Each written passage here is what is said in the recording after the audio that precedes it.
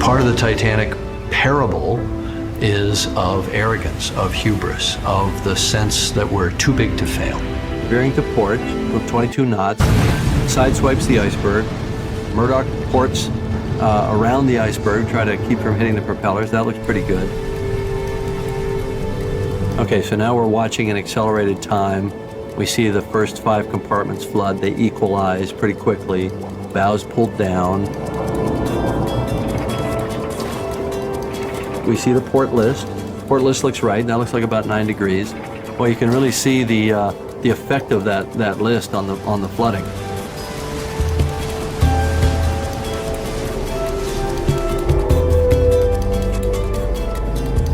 So yeah, superstructure starts to get pulled under.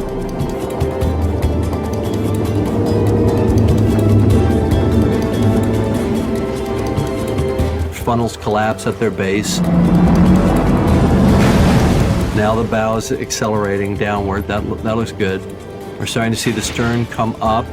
We got our maximum peak stress, and yeah, boom, boom, brakes. Okay, bow swinging down. That looks good. The double keel hang on, and then they separate. Bow plunges straight down. All right, we got mast snapping Everybody always back. talks about how it's planing forward. Yeah, it's planing forward, but if you looked at this, you'd just say it was falling. Yes, it's planing forward, and that accounts for its displacement.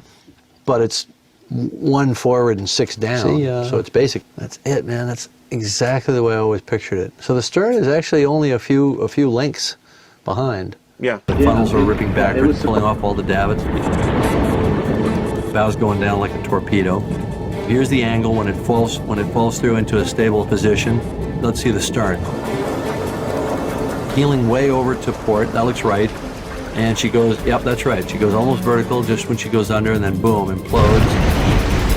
Now she accelerates, and all the stuff starts to rip off. See the shell plating going. There goes the double bottom frisbeeing off. And the stern's falling through. So now the stern's falling aft end down. And we see the spiraling. Here comes the bow. Bow is falling in a stable position, and it hits, yeah, boom. It kind of breaks its back, and we see the hydraulic outburst and the downblast effect. Let's see the stern. We see the shell plating blowing off, decks, everything kind of settling around it. Looks like a big airplane crash site. Bada bing, bada boom. That's exactly what we're looking for. Here we find the bow and stern sections 600 meters apart. We find the ship's boilers clustered east of the stern, cargo cranes sheared from the deck, broken pieces of funnel, ground up shell plating, sections of the ship's keel or double bottom. Its open end is ragged, it's not a clean break. At first glance, it appears the farthest object north, but there's the #1 cargo hatch, and that's 80 meters forward of the bow. And the hatch bolts are all severed. So what did that? And how did the bow break from the stern? What did this? The stern points south, facing the opposite direction of the bow, and looks like a bomb hit it. To the east of the stern lie 5 boilers from Boiler Room 1, the midsection of the ship. I think the location of these boilers is our first lead. We can account for many objects on our debris field map and explain how they traveled from the breakup at the surface to end their life 4 kilometers down at the bottom. But not every part can be so easily explained. Either at the moment of initial impact or at the moment that the ship slams down, the hydraulic forces inside the ship are enough to blow this hatch off. So you've got some internal overpressure here that's hydraulic. And over the large area of that #1 hatch, it just breaks every bolt at the same time. The hatch doesn't peel off sequentially. It's an evenly distributed overpressure. It just breaks every bolt head simultaneously. What caused this hydraulic outburst? Are we missing something? So you've got this big wreck coming down through the water column. It's pulling water down with it, and it's been moving for miles, literally at 25 miles an hour, pulling along this wake behind it, just like the wake behind a race car that another race car can get into and kind of draft. So there's all this moving water, big column of water. Ship hits the bottom, stops suddenly. The column of water does not stop. It comes down on top of the ship, pancakes down the roof, crushes down the decks. And if something held on, it might have been packed up against the face of it or flat back against the underside. And it took a while for that to exercise. Why were those cranes there? Where did they come from? Did they originate from the poop deck? Did they originate from the well deck or the A deck? Once we apply our forensic process, Titanic's remains in the debris field begin to tell the story of what happened on that night, April 14th, 1912.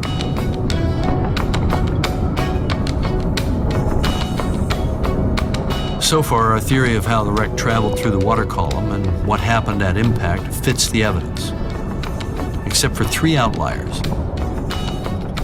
How did these two pieces of double bottom and a pile of deckhouse debris from beneath the third funnel end up far from the rest of the wreck?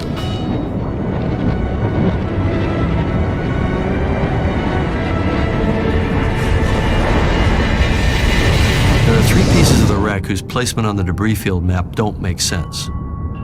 They're outliers.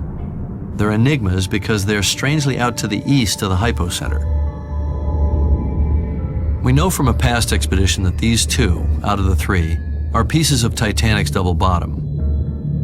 We know these parts are from the same section of keel because their ragged ends align like two pieces of a jigsaw puzzle. How did these two chunks of keel detach from the bottom of the ship and end up to the east of the hypocenter? And what about the third outlier?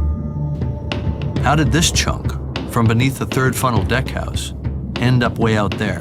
Something like this. The pieces of double bottom keel begin life together, and on the journey down, exercised apart, planing away like an aircraft wing to where we find them today, out in the debris field.